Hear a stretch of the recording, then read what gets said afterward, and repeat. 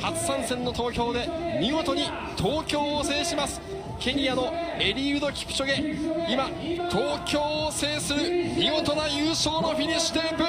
タイムは手元の時計で2時間2分40秒、国内最高記録を大幅に更新しました。 안녕하세요. 반갑습니다. 달리기를 사랑하는 남자 달사람입니다. 2022년 3월 6일 도쿄 마라톤이 개최되었습니다.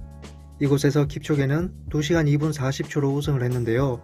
이 기록은 본인에게 세 번째로 빠른 마라톤 기록이 되었고, 역대 남자 마라톤 기록으로 살펴보면 1위 킵초게 2시간 1분 39초, 2위 베켈레 2시간 1분 41초, 3위 킵초게 2시간 2분 37초, 4위 킵초게 2시간 2분 40초.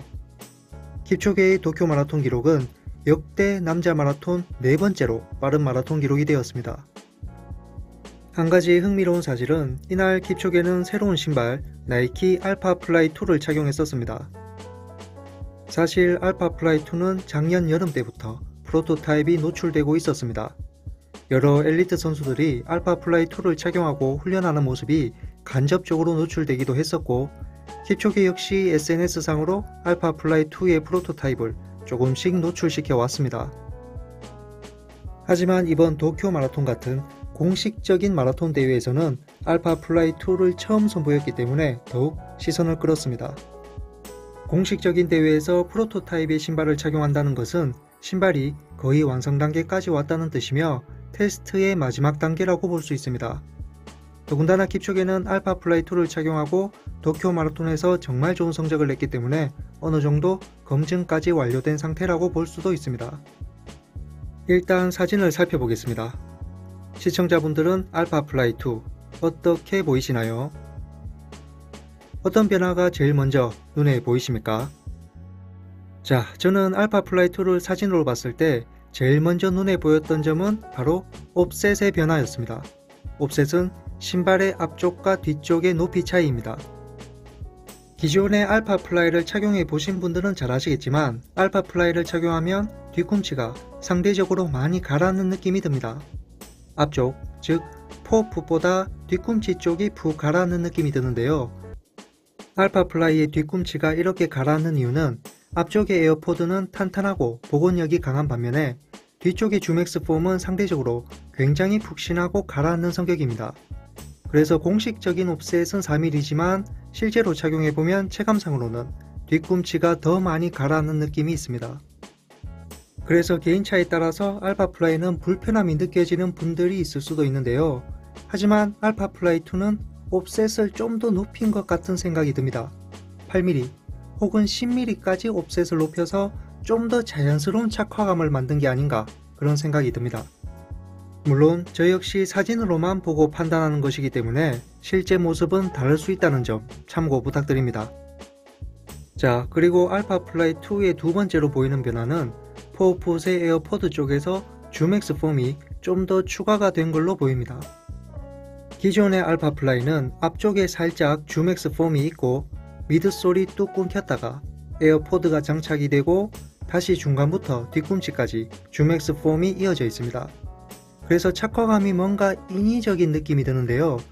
그래서 제가 예전 영상에서도 말한 적이 있습니다. 알파 플라이는 분명히 최고의 신발이지만 장거리를 달리게 되면 에어포드 쪽에서 이질적인 느낌이 조금씩 들면서 발바닥이 피곤한 느낌이 든다 라고 얘기했었습니다.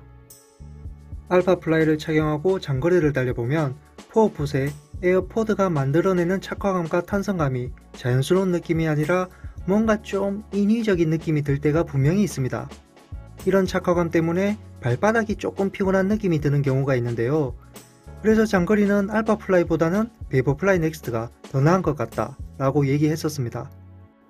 그래서 그런지 이번 알파 플라이 2를 사진상으로 보면 에어포드가 노출되는 부위를 많이 줄인 것이 확연하게 눈에 보입니다. 인위적인 느낌이 아닌 최대한 자연스러운 착화감을 만들어내기 위해 에어포드가 노출되는 부위를 확실히 줄이고 앞쪽에 주맥스 폼을 더 많이 추가한 것 같습니다. 아주 좋은 변화라고 생각합니다. 자, 가피의 변화도 눈에 보입니다. 알파 플라이 2의 가피를 보면 베이퍼플라이 넥스트 1에서 보던 것 같은 비닐 형태의 베이퍼 위브 가피처럼 보이는데요.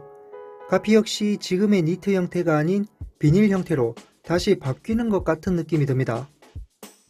그리고 마지막으로 아웃솔의 변화도 보입니다. 보기 어떠십니까? 사실 내구성과 접지력이 더 좋아지는 것 같진 않고요.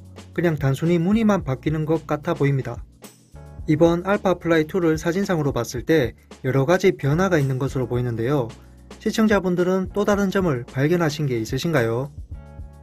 물론 지금은 프로토타입이기 때문에 실제로 출시될 때는 얼마든지 또 바뀔 수 있습니다. 올해 세계선수권대회가 7월달에 있기 때문에 7월 이후 올해 가을쯤에 알파 플라이 2가 출시될 것 같기도 한데요. 시청자분들의 생각은 어떠십니까? 알파 플라이 2에 대한 생각은 댓글 남겨주시면 좋을 것 같습니다.